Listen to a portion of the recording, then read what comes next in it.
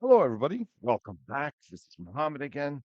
So, what we're going to be doing in this section, this is our second section. We're going to actually go ahead and start preparing for our lab environment. So, what we're going to do is we're going to download VMware Player and the ISOs. That's part of our section. So, our main concern over here is to have an actual lab environment set up so we could actually work on the virtual machines themselves. So the first thing I want to do is I want to introduce like what kind of options I could be actually using to virtualize an operating system. One of them is VMware Player. That's the most actually common one. There's also VirtualBox. I actually have it installed. There's also Hyper-V, as you see. VMware Player, I would say, is much faster in terms of performance, in terms of, let's say, not using much resources on the actual system itself. The most recommended one, I would say. Hyper-V, on the other hand, is perfect. That's actually by Microsoft. But the thing is, with Hyper-V, you have to have an actual pro version to enable it. So you could have Windows 10 Professional or Windows 11 Professional. So if I check here and I type in WinVer, which is for the version of Windows that I'm running, it tells me I'm running Windows 11, but it's the Pro version, as you see. And if I wanted to enable Hyper-V, I would actually have to go to Control Panel and programs and features, as you see, and then turn Windows features on or off. And then from here, I could actually look for Hyper-V and enable it.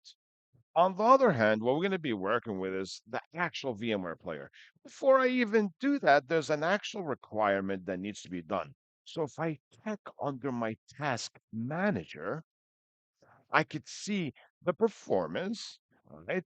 And I could actually see my CPU is enabled for virtualization. If it's disabled, you have to get into the IFI, or back in the days, it was called the BIOS and enable the CPU for virtualization so you could actually work with VMware Player.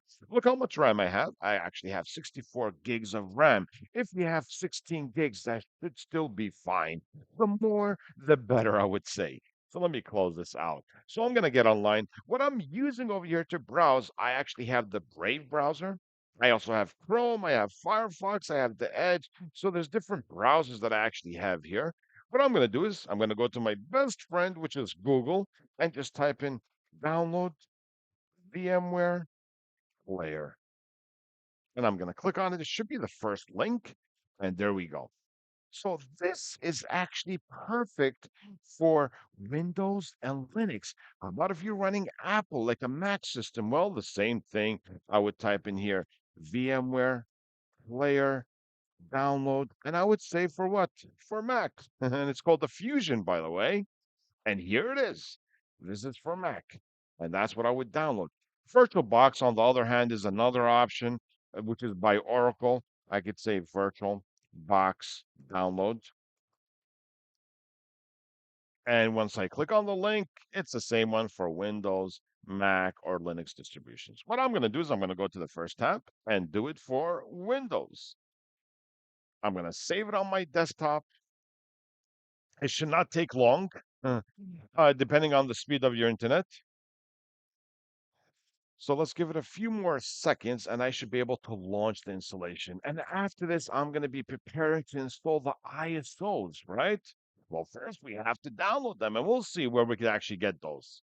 And everything is free. You don't have to pay for anything. So I'm going to just click on this. So the ISOs are going to be trial versions. The VMware is continue the process over here. It should not take more than a minute or two, I would say. So let's just give it a few seconds. It should be populated automatically. I'm going to accept next. And I like to enhance the keyboard driver. It's going to require us to restart the computer, which is fine. And I'm going to go next. Check for updates. Always be up to date, of course. Leave it as join the VMware community. That's probably what I would always do. All right, and I'm gonna go next and desktop icon, leave that as it is, take the defaults and install. So this should not take long. So my plan is to actually have the VMware player running And of course, on top of that, we're going to be downloading the ISOs so we could set up our virtual environment, right? How I'm going to be explaining to you what the Active Directory is and how does it actually work and how can I simulate like a real life experience as you're actually working in an actual organization. Without virtualization, we can't just actually talk about it. We actually have to do it, right?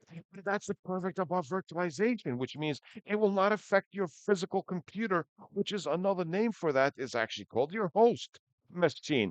The virtual machines that I'm going to be setting up are actually called guest operating systems, right? So I'm going to have server as a guest, a client as a guest, but my host is running Windows 11 professional, as you see. So this should not take long to run, as you see. So of course, CPU has to be enabled for virtualization, as I mentioned. The more memory that you have, the better it is. So that should be perfect. So what I'm going to do is once this actually finishes, I'm going to actually pause the video and we're going to come back to it. All right. So look, when I see that, so it's asking for a restart. So what I'm going to do is I'm just going to pause the video and we'll actually come back to it.